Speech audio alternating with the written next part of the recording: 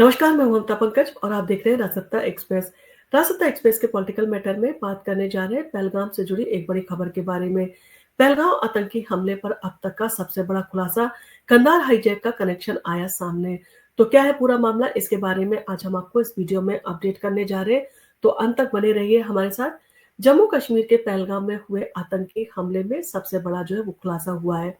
और इस वारदात में अल उमर मुजाहिदीन के मुखिया मुश्ताक अहमद जरगर की भूमिका उजागर हुई है। एनआईए के सूत्रों के मुताबिक अल उमर मुजाहिदीन के मुखिया मुश्ताक अहमद जरगर के समर्थकों ने पहलगाम हमले में ओवरग्राउंड वर्करों यानी कि ओजीडब्ल्यू की मदद वो की थी। मुश्ताक अहमद जरगर को कंधार हाईजैक की वारदात में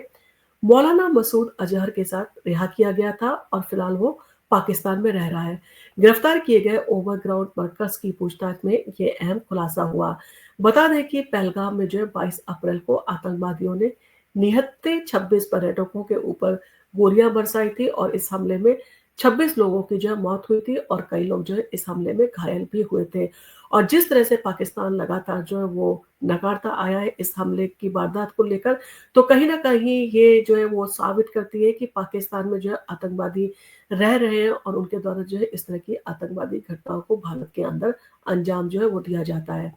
और इन सारी चीजों के मद्देनजर पाकिस्तान अब तक जिस तरह का झूठ बोलता आ रहा है, कहीं ना कहीं उसका झूठ वो बेनकाब होता हुआ नजर आ रहा है। तो मुश्ताक अहमद जरगर के आतंकी संगठन को भारत सरकार ने पहले से ही प्रतिबंधित किया हुआ है और 2023 में उसके घर को वो नेशनल इन्वेस्टिगेटिंग एजेंसी एनआईए ने वो कुर्क कर दिया था। एनआईए के सूत्रों के मुताबिक जरगर फिलहाल पाकिस्तान में है, लेकिन श्रीनगर का होने के नाते ओवरग्राउंड वर्करों के समर्थन में उसकी बड़ी पकड़ है और इसलिए पहलगाम आतंकी हमले में इस शख्स की भूमिका भी अहम मानी जा रही है। इसके साथ ही साथ पहलगाम आतंकी हमले के बाद वो कश्मीर में कई प्रतिबंधित संगठन जांच एजेंसी की रडार पर हैं और जिसके कई लोग इस वक्त हिरासत में लिए जा चुके हैं और एनआईए सूत्रों के मुताबिक जांच एजेंसियां अब तक 100 से ज्यादा ओजीडब्ल्यू के ठिकानों पर सर्च ऑपरेशन को वो अंजाम दे चुकी हैं। इसके साथ ही साथ सूत्रों के हवाले से खबर आ रही है कि 90 से ज्यादा ओवरग्राउंड वर्कर्स के खिलाफ मुकदमा भी वो दर्ज कर लिया गया है। और एनआईए लोकल इंटेलिजेंस के साथ पहलगाम के आसपास के कुछ संदिग्ध पॉइंट के इनपुट को भी डेवलप कर रही है, जिससे कि ज्यादा से ज्यादा पुख्ता सबूत वो मुहैया कराए जा सके। इसके साथ ही साथ आतंकियों को वो दी गई थी मिलिट्री ट्रेनिंग और जिस तरह से भारत लगातार इस बात का दावा करता आया है कि पाकिस्तानी मिलिट्री और आईएसआई के द्वारा वो आतंकवादियों को ट्रेनिंग दी जाती है, संरक्षण दिया जाता है और उनकी फंडिंग की जाती है, वो कहीं ना कहीं इस हमले में साफ तौर पर वो साबित होता हुआ दिखाई दे रहा है। तो आतंकियों को दी गई थी मिलिट्री ट्रेनिंग और इन सारी चीजों का वो कहीं ना कहीं भारत वो सबूत जुटाने की कोशिश भी कर रहा है कि ताकि उसके हाथों पुख्ता सबूत लगे, जिससे कि इंटरनेशनल प्लेटफॉर्म पर पाकिस्तान को इन सारी चीजों के साथ वो घेरा जा सके। तो इसके साथ ही पहलगाम आतंकी हमले की जांच कर रही एजेंसियों ने एक और बड़ा खुलासा किया है। सूत्रों के मुताबिक हमले में शामिल आतंकवादियों को मिलिट्री ट्रेनिंग दी गई थी। जम्मू कश्मीर जेल में बंद लश्कर कमांडरों से पूछताछ के आधार पर जांच एजेंसियों को अहम सबूत मिले हैं। जांच एजेंसियों ने आतंकवादियों के हाइड आउट की भी वो तफ्तीश की है, उसमें भी ये जानकारी सामने आई है और इन सारी चीजों को कहीं ना कहीं भारत पुख्ता सबूत के तौर पर वो पेश करेगा।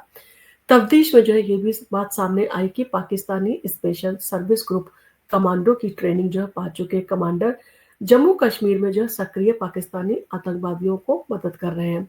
खुफिया सुरक्षा एजेंसियों के सूत्रों के मुताबिक ऐसे 15-20 एसएसजी कमांडो वो ट्रेनिंग पा चुके हैं और आतंकी कमांडर घाटी में अभी भी मौजूद है और ये पाकिस्तानी आतंकवादियों के साथ और ऐसे दुर्दान कमांडर कश्मीर में विदेशी आतंकियों के छोटे छोटे ग्रुप को वो लूट लीड कर रहे हैं और कहीं ना कहीं इन सारी चीजों से ये बात सामने आ रही है कि इस तरह के ग्रुपों को वो बनाकर इस तरह की वारदातों को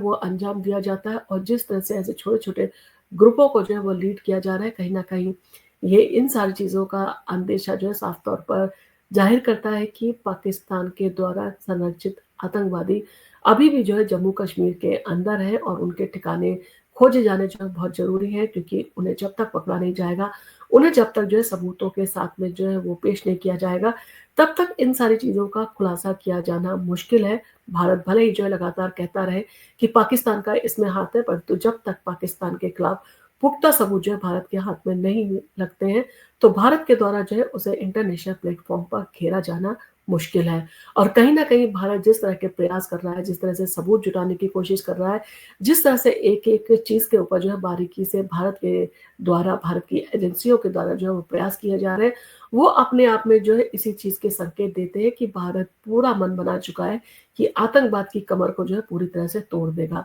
और इसके लिए जो है वो लगातार कोशिश कर रहा है, और जिस तरह की कोशिश भारत सरकार की मदद से जो है एजेंसियाँ कर रही हैं, वो कहीं न कहीं इस सारी चीज़ों को जो है वो साफ तौर पर ज़ाहिर करती है कि वो टाइम दूर नहीं कि जब भारत के द्वारा जो है इस तरह के पुख्ता सबूत इंटरनेशनल प्लेटफ़ॉर्म पर जो है वो पेश किए जाएँगे, और ऐसे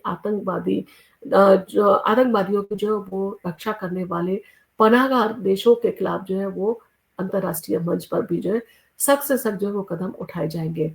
इसके बारे में आपका क्या कहना है? आप हमें कमेंट करके ज़रूर बताएँ, और आपको क्या लगता है कि अंतर्राष्ट्रीय मंच पर पाकिस्तान को घेरना भारत के लिए आसान होगा, या भारत के इस जो है वो मुहिम में, इस तरह की रणनीति में जो है बहुत सारी अड़चनें जो है वो आ सकती हैं, बहुत सारी रुकावटें हैं, बहुत सारी बाधाएँ हैं, जिनको पार करना जो है भारत के लिए कहा जा सकता है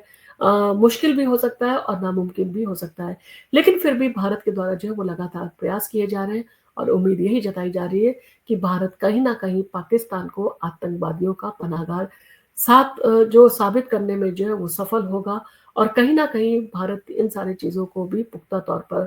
प्रूव कर पाएगा कि आतंकवादियों को पाकिस्तान के अंदर पनाह दी जाती है, और ऐसे पाकिस्तानी आतंकवादी जो पनाह लिए हुए पाकिस्तान के अंदर, वो ना सिर्फ भारत के खिलाफ जो है आतंकवादी गतिविधियों को अंजाम देते, बल्कि अमेरिका और इंग्लैंड में हो रही आतंकवादी गतिविधियों में भी जो है उनका हाथ है, और ऐसे लोगों के खिलाफ जो है वो पूरे विश्व को मिलकर जो है वो साथ आना चाहिए। इन सारी चीज़ों को लेकर आपका जो भी कमेंट हो, आप हमें कमेंट करके ज़रूर बताएँ, और आपको अगर हमारा वीडियो पसंद आया हो तो आप इसको लाइक कीजिए, शेयर कीजिए। हम आपके लिए इसी तरह के वीडियो लेके आते रहेंगे। धन्यवाद।